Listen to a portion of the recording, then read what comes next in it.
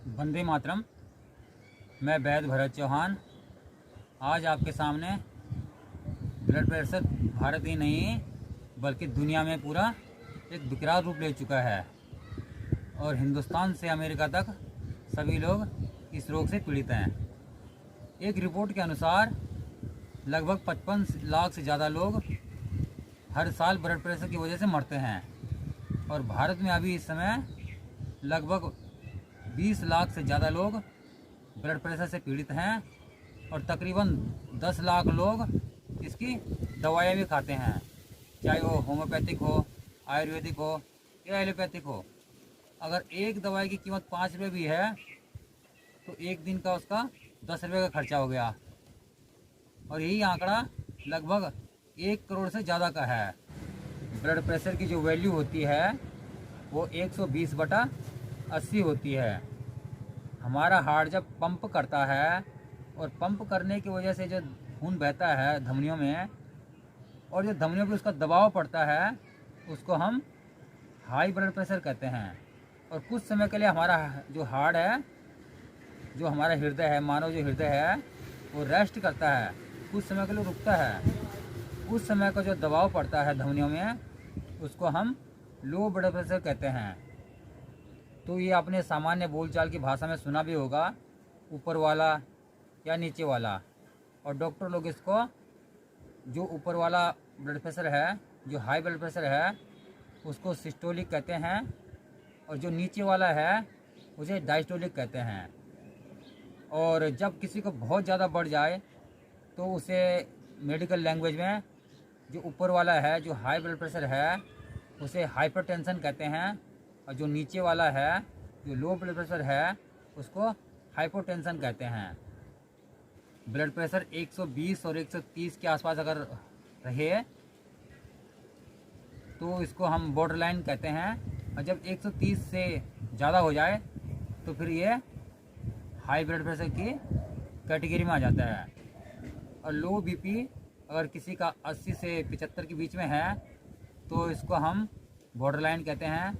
अगर किसी का 75 से कम है तो वो भी फिर लो ब्लड प्रेशर की श्रेणी में आ जाता है। अगर इसको मिलीमीटर ऑफ मरकरी में नापते हैं। अगर किसी का ब्लड प्रेशर हाई है तो उसके कुछ कारण भी ज़रूर होंगे। तो जो सबसे मुख्य कारण है वो है कोलेस्ट्रॉल। कोलेस्ट्रॉल की वजह से ब्लड प्रेशर हाई होने के बहुत ज़्यादा चांसेस होते हैं।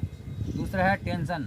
अगर किसी को तनाव है या तनाव रहित कोई जीवन है, उसका चिंतित रहता है, तो वो भी एक मुख्य कारण है।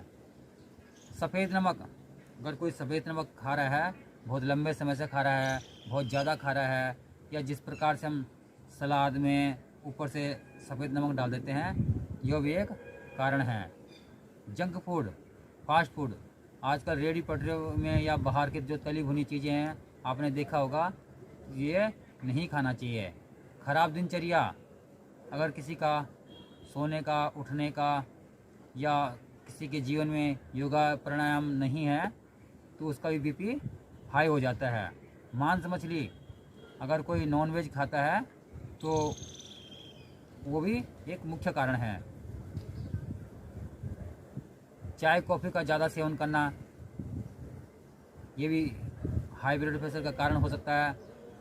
अनुवांशिकता का, अगर किसी को पिताजी या दादाजी किसी के हाई ब्लड प्रेशर की समस्या से ग्रसित थे तो उसको भी ये हो सकता है। नशा, अगर कोई नशा करता है किसी भी प्रकार का, तो जैसे शराब, बीड़ी, तंबाकू, सिगरेट, तो अगर कुछ भी नशा करता है तो उसका बीपी हाई होने के ज़्यादा चांसेस हैं। अब जैसे हाई ब्लड प्रेशर के कारण हैं तो इसके लक्षण क्या क्या हैं, तो उसके जो मुख्य लक्षणों में से हैं नसों में झंझनाहट। अगर आपकी मांसपेशियों में, नसों में झंझनाहट, नमनेस महसूस करते हो तो हो सकता है आपका बीपी हाई हो। उल्टी आना या उल्टी आने का मन करना, ये एक बीपी का कारण हो सकता है। नींद आने में परेशानी, अगर आपको नींद अच्छे से नहीं आती है तो हो सकता है आपका बीपी हाई हो। पसीना, अगर किसी को पसीना ज़्यादा आ रहा है तो ये भी ब्लड प्रेशर की वजह से हो सकता है। सीने में दर्द रहना, अगर किसी के सीने में दर्द है तो भी ये भी ब्लड प्रेशर की वजह से हो सकता है। बेहोश होना, सर दर्द होना या चक्कर आना।